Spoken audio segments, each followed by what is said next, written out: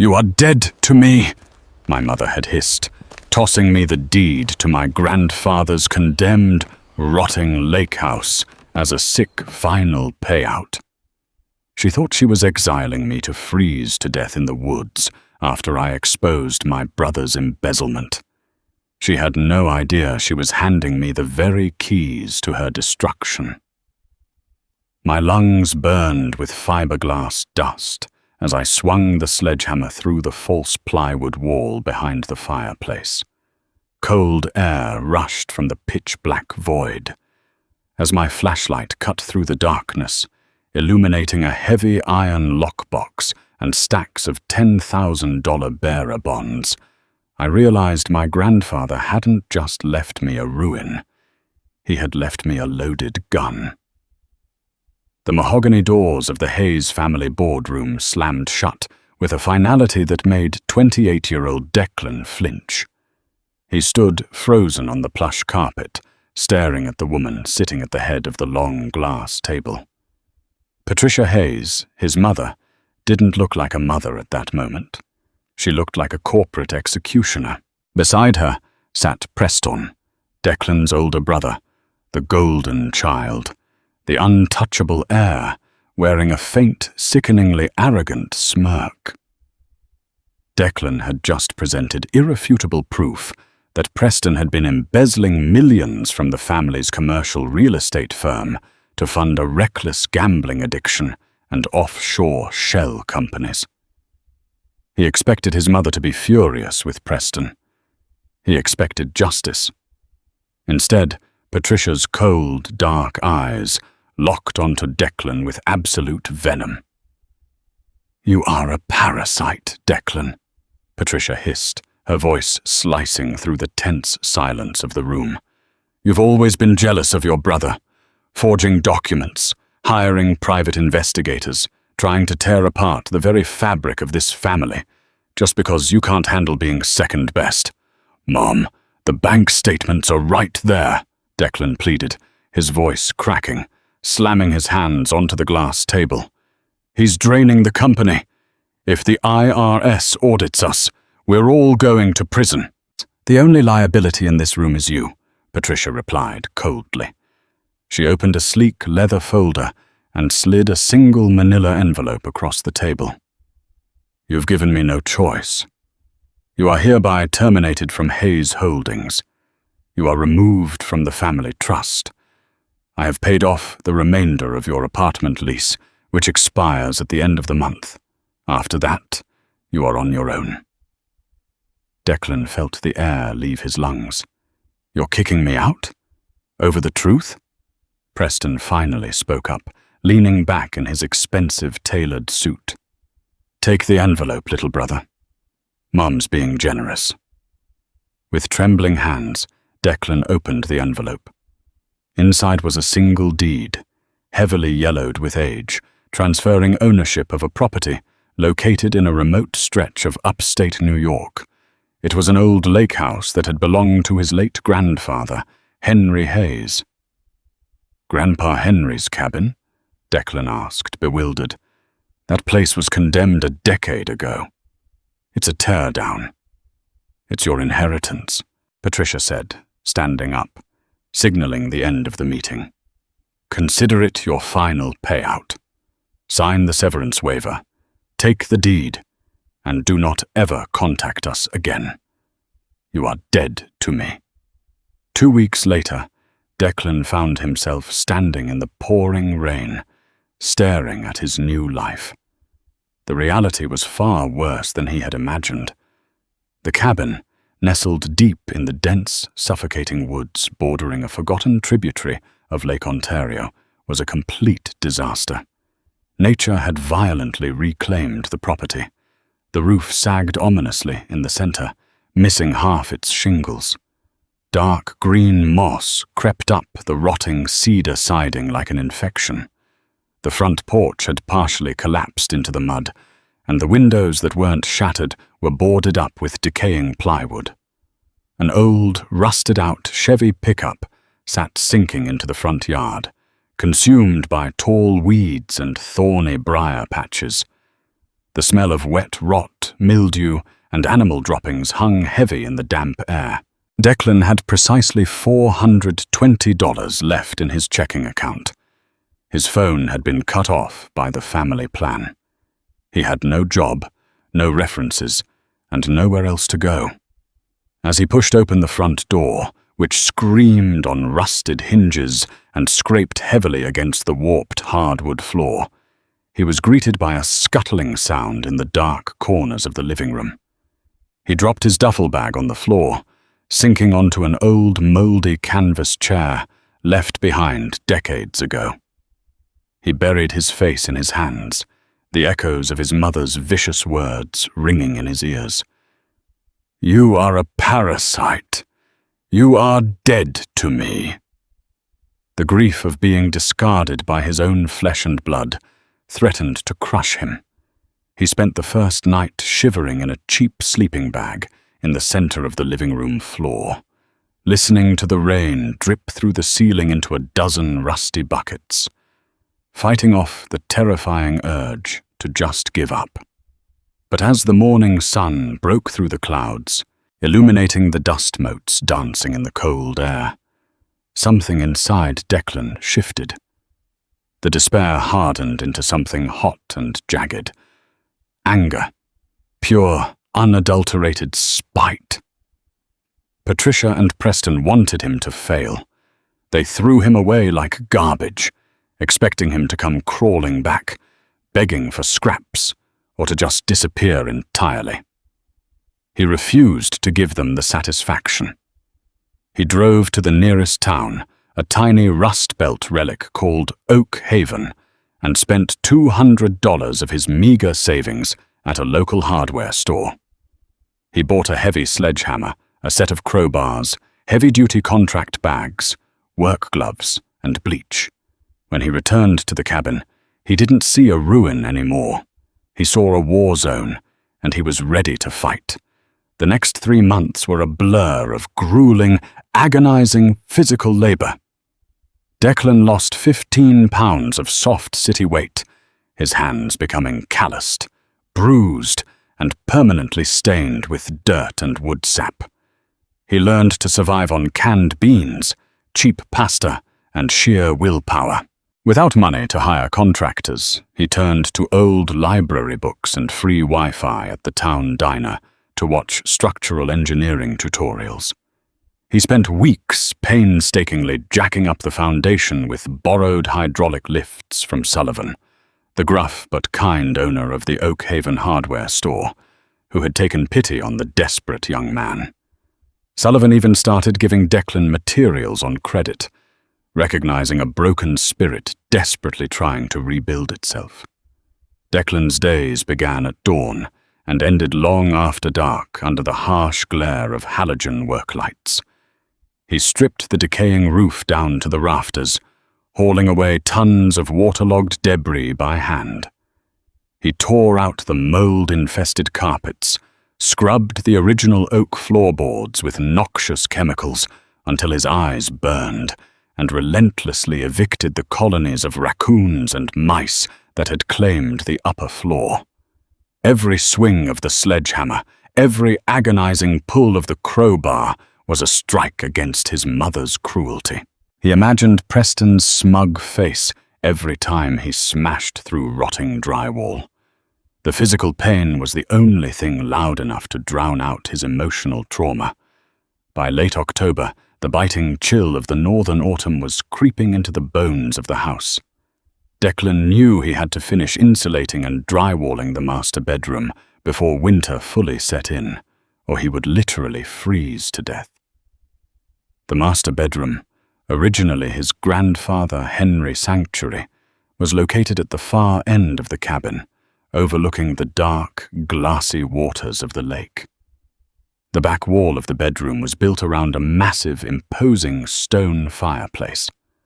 However, decades of severe water damage from a failed flashing on the chimney had severely compromised the surrounding wood paneling. It all had to come down to the studs. It was a Tuesday evening, rain lashing against the newly installed windows. Declan adjusted his respirator mask and goggles, gripped his crowbar, and drove it into the bloated, ruined wood paneling to the left of the stone fireplace. Crack! Dust plumed into the air, thick and choking. He wrestled the paneling off, exposing the pink, mold-blackened fiberglass insulation underneath. He reached in with heavily gloved hands, pulling the nasty fiberglass out in chunks and throwing it into a heavy-duty trash bag. As he cleared the insulation, exposing the wooden studs, he noticed something strange. The depth of the wall didn't make sense. Standard interior walls are built with 2x4s, meaning there should be about 4 inches of space between the interior drywall and the exterior sheathing. But as Declan shined his flashlight into the dark cavity, the beam penetrated deep. There wasn't an exterior wall, just 4 inches back. He tapped the back of the cavity with the metal end of his crowbar. It didn't hit the solid exterior logs of the cabin. It hit another piece of thin plywood. Thud. It was a hollow, echoing sound. Frowning, Declan moved to the next stud bay and ripped the paneling down. He pulled out the insulation. Again, a massive, unexplained void. The entire left side of the fireplace wasn't a standard wall. It was a false wall, built out nearly 3 feet into the room, expertly disguised by the heavy stone masonry of the hearth. His heart began to pound against his ribs. Why would his grandfather, a meticulous, practical man, give up almost 30 square feet of prime bedroom space to build a false wall? Declan grabbed his sledgehammer. He didn't care about finesse anymore. He swung hard, smashing through the strange inner plywood barrier. The wood splintered and caved in, revealing an utter pitch-black void. He dropped the hammer and grabbed his heavy-duty flashlight, shining it through the jagged hole. The air that breathed out of the dark space was shockingly cold and smelled faintly of mothballs, aged paper, and old leather. He leaned in, the beam of light cutting through the swirling dust. Sitting on the floor of the hidden 3-foot-wide chamber, nestled between the heavy structural beams, was a large, heavy bundle wrapped in thick, yellowed oilcloth, tightly bound with decaying hemp rope. Next to it sat an old, heavy iron lockbox, rusted but heavily secured with a massive brass padlock. Declan's breath hitched in his throat. He reached through the splintered wood, his muscles straining as he grabbed the heavy oilcloth. He dragged it out of the wall, dropping it onto the floorboards with a heavy, muffled thud. His hand shook as he took his utility knife and sliced through the brittle rope. He pulled back the layers of stiff, dusty oilcloth. Inside lay a heavy, brass-cornered, leather-bound ledger. But it wasn't just a book. Stacked neatly beneath the ledger were banded stacks of crisp, vintage papers. Declan pulled one out and held it up to the work light. They weren't cash. They were bearer bonds, United States Treasury bearer bonds from the mid-1980s, each carrying a face value of $10,000. And there were dozens of them. Beside the bonds was a rolled-up set of architectural blueprints. Declan unfurled them carefully. It was the original schematic for the lake house, drawn by his grandfather. But drawn in heavy red ink across the blueprint were 6 distinct X's marks, scattered across different rooms in the house. The master bedroom fireplace was only one of them.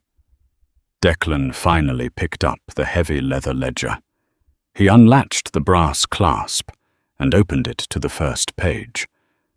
The handwriting was unmistakably his grandfather Henry's, sharp, precise, and authoritative. The ink had faded to a dark rust color, but the words were perfectly legible. Declan read the first entry and a chill far colder than the autumn wind shot down his spine. If you are reading this, I am Med, and if my daughter Patricia has found this room, God help us all. The money she built her empire on is soaked in blood. I have hidden the evidence and the true fortune where her arrogance will never let her look. I leave this to the one who rebuilds what she destroyed." Declan stared at the page, the words burning themselves into his mind. His mother hadn't kicked him out to protect the family business. She had kicked him out because she thought she had finally isolated the only person who could challenge her. She thought she had buried him in a rotting grave. She had no idea she had just handed him the keys to her destruction. Declan didn't sleep that night. The adrenaline coursing through his veins was a potent cocktail of vindication and pure, unadulterated shock. He sat on the dusty floorboards of the master bedroom, the beam of his flashlight illuminating the yellowed blueprint and the 5 remaining red X marks scattered across the schematic of the decaying property. His grandfather hadn't just hidden a fortune. He had orchestrated a masterclass in posthumous revenge, waiting patiently for the right person to trigger it. By sunrise, Declan had formulated a plan. He secured the bearer bonds worth an astonishing $1.2 million at face value alone watertight contractor bag and hid them beneath the floorboards of his truck. Then he grabbed his crowbar. It was time to hunt. The scavenger hunt begins. The second red X on the blueprint was located at the property's edge, in the collapsed, rotted remnants of the old boathouse. Wading through knee-deep, freezing muck and tangled waterweeds, Declan pried apart the sunken decking. Beneath a hollowed-out concrete, he found a sealed PVC pipe. Inside was a heavy, ornate brass key and a second ledger page detailing Preston's earliest borrowing habits. Habits Patricia had actively covered up to protect her golden child, using company funds to silence bookies. The third and fourth marks were inside the cabin, one concealed behind the cast-iron grate of the basement's old coal chute, and another tucked inside a false bottom of the attic cedar wardrobe. By the time Declan had excavated all 5 locations, his makeshift living room table looked like the evidence room of a federal investigation.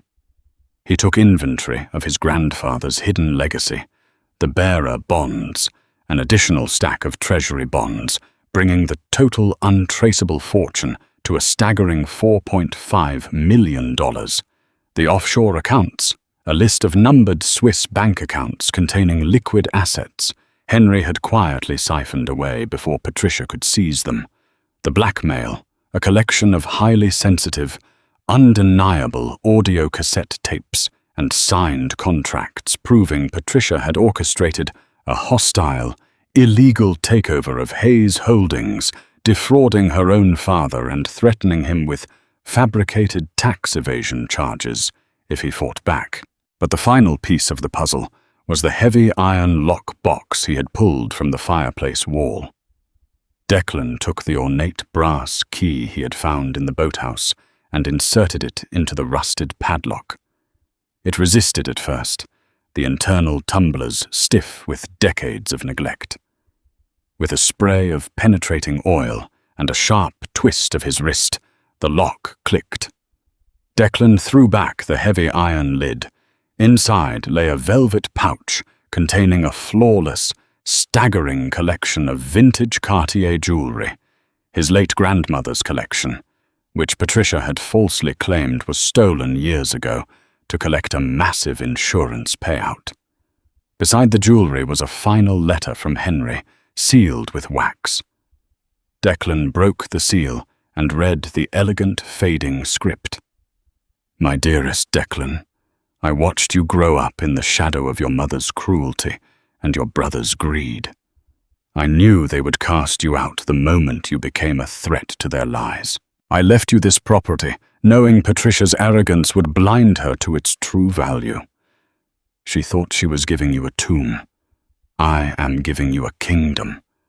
The contents of this box, the bonds, the evidence, they are yours. Rebuild this house. Rebuild yourself. And when you are ready, take back what belongs to us."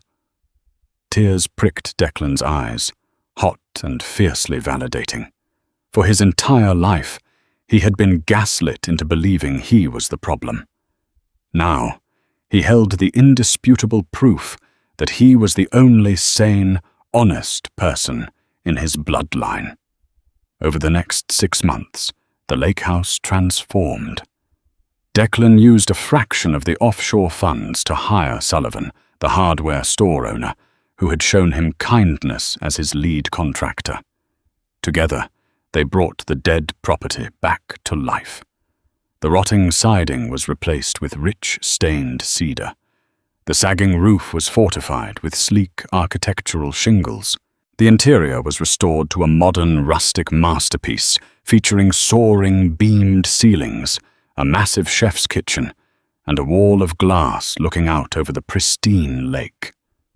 Declan was no longer a broken, exiled son shivering in a sleeping bag. He was a millionaire, an heir, and a man holding a loaded gun aimed squarely at Hayes Holdings.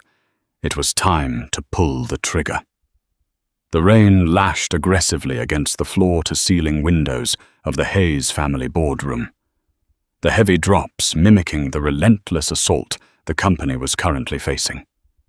Inside, the atmosphere was thick with a suffocating metallic dread. Patricia Hayes sat rigidly at the head of the expansive glass table. The past year had stripped her of her impenetrable armor.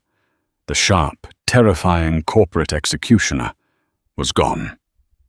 In her place sat a woman visibly aging by the minute, her perfectly contoured makeup failing to hide the deep, dark bags beneath her eyes and the tremor in her manicured hands. The empire was in free fall. Declan's warning from 12 months ago hadn't just been prophetic. It had been an understatement. The IRS had not only initiated a massive audit into Preston's shell companies, but they had also brought in the Department of Justice. Subpoenas were multiplying like a virus. Millions of dollars were unaccounted for. The board of directors had drafted a letter of no confidence, and federal indictments were looming like dark thunderclouds over the Hayes Tower. Preston paced frantically near the wet windows, his expensive tailored suit hanging loosely off his now gaunt frame. He was pale, sweating profusely, and entirely out of his depth. He kept checking his phone, jumping at every notification. "We need a bridge loan immediately," Patricia snapped, her voice cracking as she glared at her lead counsel, a perpetually nervous man who looked like he hadn't slept in a week. "Liquidate the downtown commercial spaces. Sell the marina properties at a loss if you have to. We need liquid capital to cover Preston's discrepancies before the feds dig any deeper into the primary ledgers." "Patricia," the lawyer stammered, shuffling a stack of red-stamped documents. "The banks won't even take my calls. Your credit lines are entirely frozen by federal order. The commercial properties have liens against them. We are completely out of options. We are, for all intents and purposes, insolvent." Before Patricia could unleash a tirade, the heavy mahogany doors of the boardroom clicked and swung open with a smooth, deliberate slowness. Patricia looked up, her heart hammering against her ribs, fully expecting to see federal agents in windbreakers holding arrest warrants. Preston let out a pathetic, high-pitched gasp, dropping his phone onto the plush carpet. Instead, the breath caught painfully in Patricia's throat. Walking into the room was Declan, but the man standing in the doorway was entirely unrecognizable from the desperate, shattered, and pleading 28-year-old she had unceremoniously discarded a year prior. He didn't look like a victim. He looked like an apex predator. Declan wore a perfectly tailored charcoal Tom Ford suit that draped flawlessly over a frame hardened by months of grueling physical labor. He radiated a calm, terrifying, and absolute confidence. His jawline was sharp, his posture impeccable, and his eyes held a chilling indifference. Flanking him was Harrison Cole, one of the most ruthless, high-powered, and unapproachable corporate litigators on the Eastern Seaboard, a man who billed thousands of dollars an hour and never lost. "Declan?" Preston squeaked, shrinking backward until his spine hit the wet glass of the window. "What is the absolute meaning of this?" Patricia demanded, her survival instincts kicking in as she desperately tried to recover her icy facade. Her voice shook, betraying her panic. "Security! Get this parasite out of my building immediately. You are trespassing." "I wouldn't do that, Patricia," Declan said smoothly. His voice didn't rise. It commanded the room through sheer gravity. He walked slowly towards the glass table, his expensive leather shoes silent on the carpet. He didn't sit. He stood tall, looking down at the woman who had birthed him.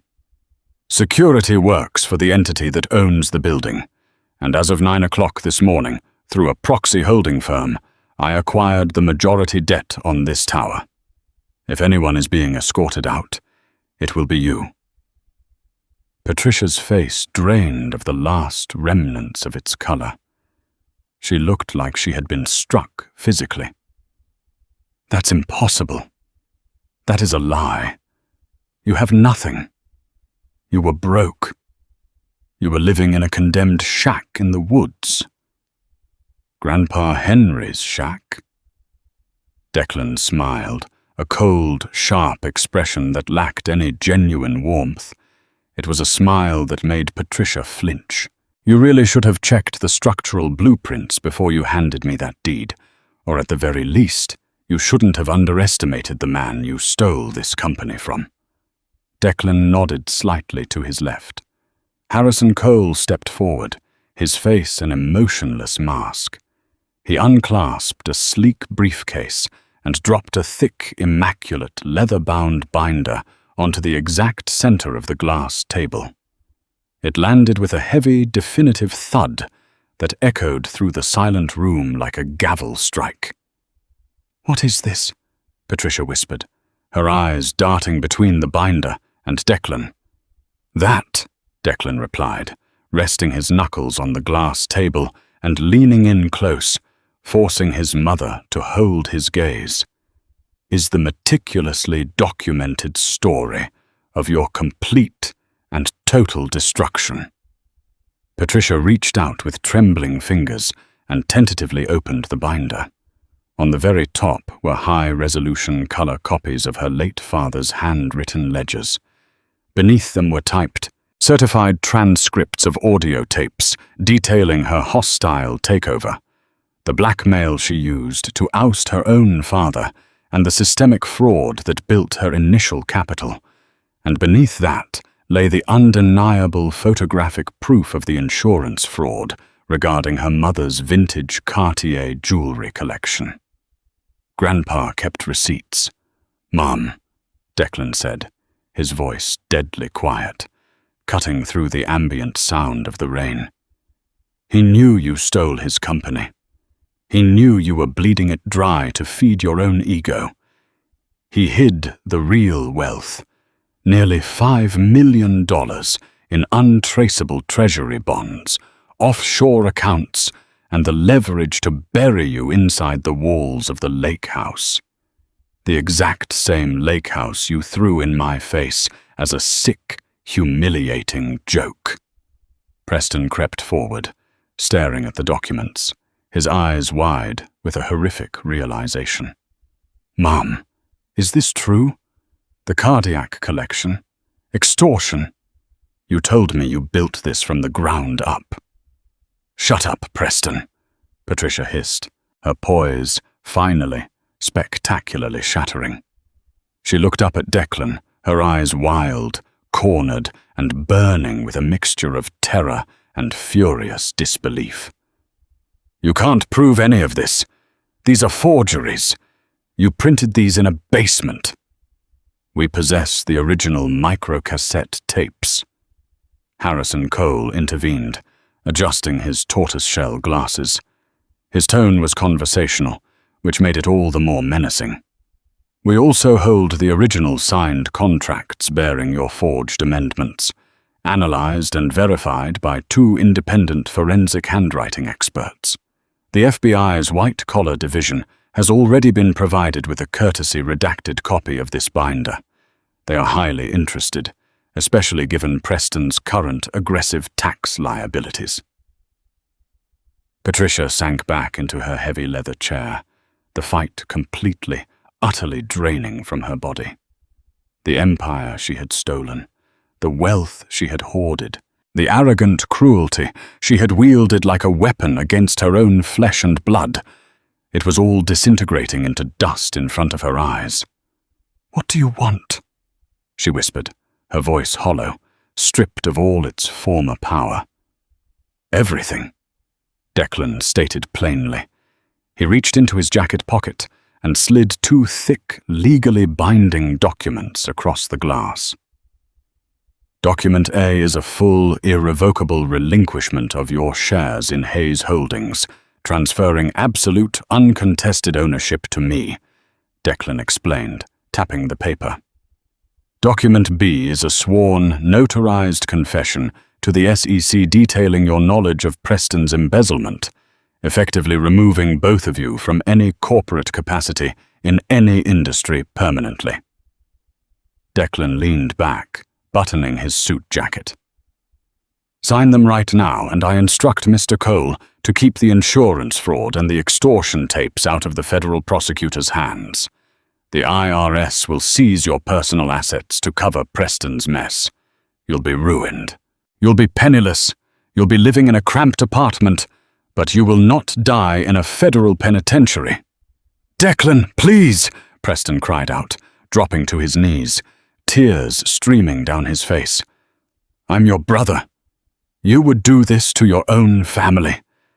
Declan looked down at his older brother, searching himself for even a flicker of hesitation or sorrow. He found absolutely nothing but pity. "You ceased to be my family the day you sat at this exact table, handed me an envelope and told me I was dead to you. I'm not destroying this family, Preston. I'm just taking out the trash." The boardroom was dead silent, save for the rain. With violently shaking hands and tears of absolute crushing defeat streaming down her meticulously contoured face, Patricia picked up her gold Mont Blanc pen. She didn't read the documents. She knew she had lost. She signed her name twice, legally handing her ephora, her legacy and her future, over to the son she had tried to destroy. Declan took the documents, handed them to Cole, and turned away without another word. He didn't look back as he walked out the doors. An hour later, Declan was in his truck driving away from the suffocating grey concrete jungle of the city.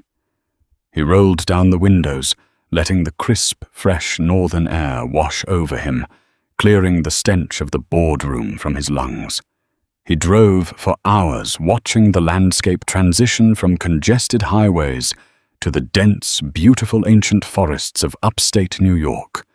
The psychological weight of 28 years of emotional abuse lifted from his shoulders, scattering into the wind. When he finally pulled into the gravel driveway of the lake house, the sun was just beginning to set over the water. It cast a warm, brilliant golden glow across the beautifully restored rich cedar siding. The dark windows glowed with the reflection of the sunset. The house stood proud, strong, and unyielding, a testament to resilience, hard work, and profound justice. Declan walked up the sturdy wooden steps, the wood solid beneath his boots. He unlocked the front door and stepped inside. The house was warm, quiet, and perfectly his. He had spent his blood and sweat restoring the house from the brink of collapse, and in return the house had restored him. Can you imagine the absolute shock on his mother's face when the son she discarded walked in and bought her entire world? Declan's journey from a freezing abandoned cabin to a multi-millionaire CEO is the ultimate tale of karma served cold. If you loved the story of hidden treasure and epic revenge, smash that like button and share this video with your friends. Don't forget to subscribe for more crazy real-life dramas. See you next time.